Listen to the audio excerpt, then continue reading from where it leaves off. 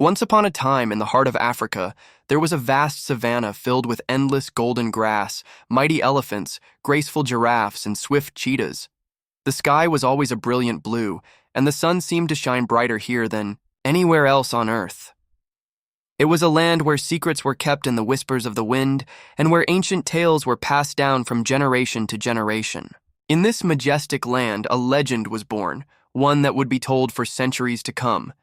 It was the story of a diamond-encrusted car unlike any other, a car that glittered and sparkled like the stars themselves. This car was not just any luxury vehicle. It was a symbol of unimaginable wealth and power, said to possess magical properties that could change the fate of whoever owned it. The car was created by a mysterious and skilled African craftsman named Jengo. He was a genius, known for his ability to shape rare metals and stones with his bare hands. But Jengo was not interested in wealth or fame. His true passion was to create something that would capture the essence of Africa, its beauty, strength, and spirit. One day, he received an offer from a foreign king, one who had heard of Jengo's talents and wanted the finest, most luxurious car in the world. The king promised gold, jewels, and power beyond imagination in exchange for this masterpiece. However, Jengo was wise and knew that power and wealth often came with a price. He had heard of kings who exploited the land and people for their own gain, and he did not want to be a part of such greed.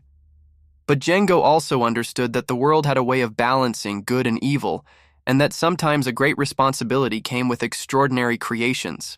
After much contemplation, he agreed to make the diamond car, but with one condition. It would be made not just for the king, but for all of Africa. The car would travel the land, touching the lives of the people, and its magic would only work for those who truly respected the land and its animals. Jengo worked day and night, forging the car from the rarest metals found deep beneath the earth. He adorned it with diamonds that sparkled like the desert stars and crafted seats from the finest leather of the great African buffalo. The wheels were made from the smoothest stone, capable of gliding over any terrain, no matter how harsh. When the car was finally finished, it looked like a chariot from the gods, with its diamond-studded frame reflecting the golden sun. But as the car was about to be handed over to the king, disaster struck. A group of hunters, greedy for the diamonds and jewels, attacked Jengo's village.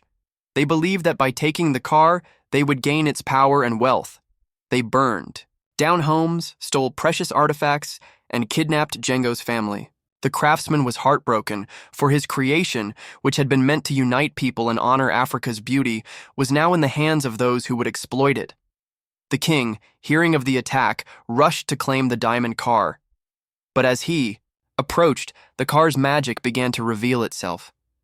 The diamonds glowed with an ethereal light, and the car seemed to come alive, refusing to be driven by anyone who lacked the wisdom and heart to appreciate its purpose.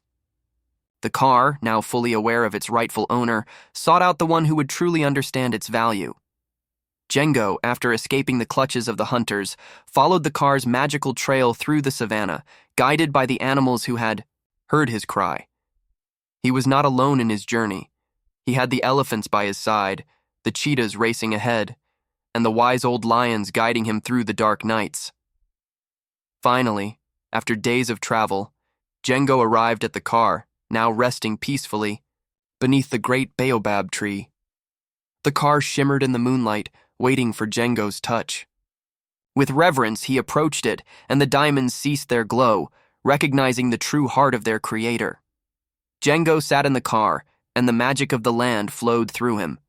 He realized that the car was not meant for any one person, but for all of Africa. It was a gift from the land itself, a reminder of the balance between nature, wealth, and wisdom. With the car's power, Jengo returned to his village, and instead of keeping it for himself, he shared it with the people. The car became a symbol of unity and hope, driving across the savannah, carrying those who respected the land and its creatures.